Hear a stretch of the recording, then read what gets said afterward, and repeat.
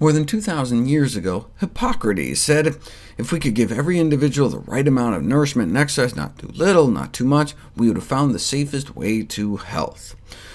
What does that mean when it comes to water? Water has been described as a neglected, underappreciated, and under-researched subject, but a lot of the papers extolling the need for proper hydration are funded by the bottled water industry. Turns out the often-quoted "drink at least 8 glasses of water a day" has little underpinning scientific evidence. Where did they come up with that, then?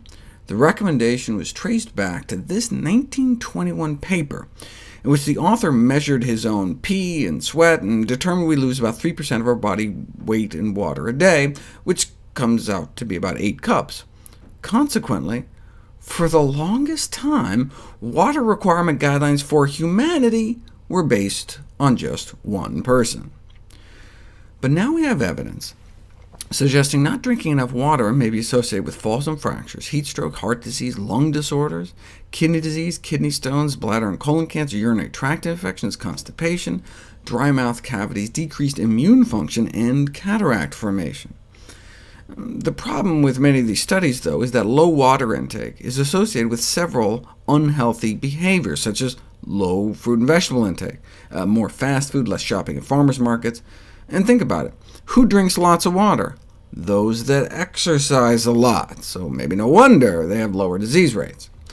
Only large and expensive randomized trials could settle these questions definitively, but given that water cannot be patented, such trials seem unlikely. Who's going to pay for them? So we're left with studies that link disease with low water intake. But are people sick because they drink less, or are they drinking less because they're sick? There have been a few large prospective studies in which fluid intake is measured before disease develops. For example, a Harvard study, 48,000 men, found that the risk of bladder cancer decreased by 7% for every extra daily cup of fluid one may drink. So a high intake of water, like 8 cups a day, 8 times 7, may reduce the risk of bladder cancer by about 50%, potentially saving thousands of lives. The accompanying editorial commented that strategies to prevent the most prevalent cancers in the West are remarkably straightforward in principle. To prevent lung cancer, quit smoking. To prevent breast cancer, maintain ideal body weight and exercise. To prevent skin cancer, stay out of the sun. And now it seems that this seemingly simple way to reduce the risk of bladder cancer is just drink more fluids. This is probably the best evidence we have for a cutoff. 20,000 men and women in the Adventist Health Study, about half vegetarian, so we're also getting extra water, eating more fruits and vegetables. And those drinking 5 or more glasses of water a day had about half the risk of dying from heart disease compared to those who drank 2 or fewer glasses a day. And like the Harvard study, this protection was after controlling for other factors such as diet and exercise. So they suggest it was the water itself, perhaps by lowering blood viscosity, meaning blood thickness.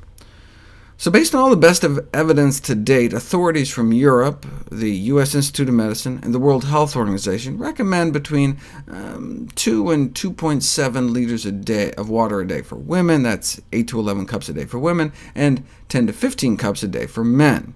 Now, but that's water from all sources, not just beverages. We get about a liter from food and the water our body actually makes. And so these translate into a recommendation for women to drink 4 to 7 cups of water a day, and men 6 to 11, assuming only moderate physical activity at moderate ambient temperatures. We can also get water from all the other drinks we consume, including caffeinated drinks, with the exception of stronger alcoholic drinks like wines and spirits. Beer can leave you with more water than you started with, but wine actively dehydrates you. Note, though, in the cancer and heart disease studies I mentioned, the benefits were only found with increased water consumption, not other beverages. So unless you have conditions like heart or kidney failure, women should drink 4 to 7 cups of water a day, and men should drink 6 to 11.